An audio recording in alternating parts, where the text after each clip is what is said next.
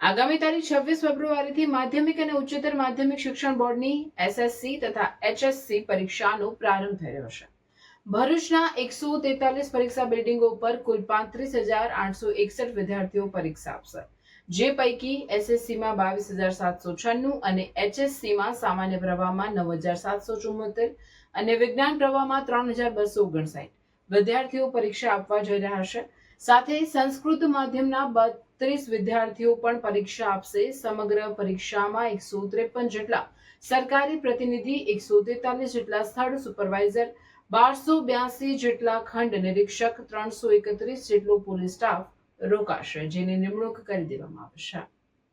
બાળકો ભયમુક્ત રહી સુરક્ષિત વાતાવરણમાં પરીક્ષા આપી શકે તે માટે આત્મવિશ્વાસ હેલ્પલાઇનનો પ્રારંભ તો કરી દેવામાં આવ્યો છે। સાથે સાથે નબળા વિદ્યાર્થીઓ પરીક્ષામાં પાસ થઈ શકે તેટલી તૈયારી કરી શકે તે માટે મુખ્ય વિષયોની 5 પુસ્તિકાઓ જિલ્લા શિક્ષણ અધિકારી કચેરી દ્વારા બહાર પાડવામાં આવી છે, જેને તૈયાર કરવાથી નબળા વિદ્યાર્થીઓ પાસિંગ માર્ક જેટલી તૈયારી કરી શકશે।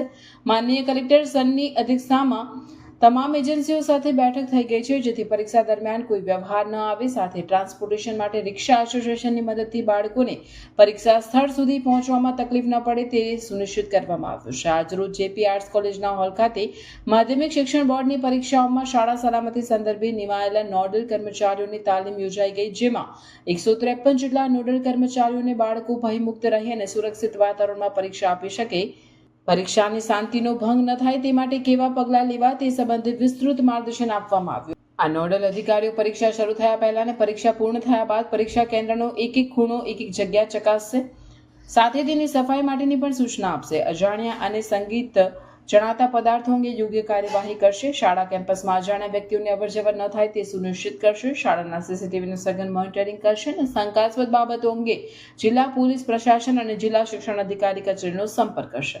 સાથે અફવાઓથી વાલી અને શાળા સ્ટાફ તેમજ બાળકો ગભરાઈ ન જાય તેની તકેદારી રાખશે।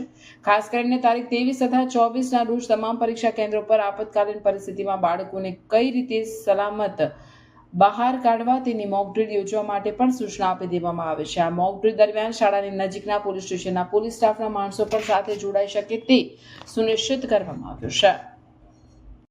થ્રેટનિંગ કોલ આવ્યો અને ખરેખર આપણને એવું લાગે છે જેની કોઈ સંભાવના નથી, 0.009% સંભાવના, 1% જેની સંભાવના છે કે ધારો કે થ્રેટનિંગ કોલ સાચો પડ્યો અને કંઈક અનનોન વસ્તુ મળી આવી છે, સંદિગ્ધ વસ્તુ, તો શું કરવાનું? જાણ તો કરશો જ, પણ ધીમે ધીમે અમારી સૂચના તમને મળશે, પ્લાનિંગબદ્ધ રીતે બિલ્ડિંગ ખાલી કરાવો। પરીક્ષાનો લગભગ મારા ખ્યાલથી 26 તારીખથી પરીક્ષા સ્ટાર્ટ થાય છે। બહુ ઓછો સમય છે આપણી પાસે, કારણ કે મોક ડ્રીલ તો સાહેબે કહ્યું એ પ્રમાણે આપ સૌએ આપની સ્કૂલમાં તો કરવાની જ છે, પણ ખાસ મારે સુરક્ષાની દ્રષ્ટિએ 2-4 વાતો આપની સાથે શેર કરવી છે। બોર્ડ તરફથી જે ક્રાઇટેરિયા અને અમારી કચેરી, વડી કચેરીઓ તરફથી જે પણ ક્રાઇટેરિયા સુરક્ષાની દ્રષ્ટિએ પોલીસ સ્ટાફ ફાળવવા બાબતેનો થયેલો છે, એ દર વર્ષની જેમ અમે આ વખતે પણ પોલીસ ફોર્સ એ પ્રમાણે ફાળવવાના જ છીએ। પણ આપણે ધ્યાન એ રાખવાનું છે, માનો કે આપ જે પણ સ્કૂલના નોડલ અધિકારી તરીકે છો, તો આપની સ્કૂલમાં જે પણ બંદોબસ્ત માટે હોમગાર્ડ, પોલીસ કે જીઆરડી જવાનો આવેલા છે, ખાસ તો આપની પાસે એમના મોબાઈલ નંબરો હોવા જોઈએ।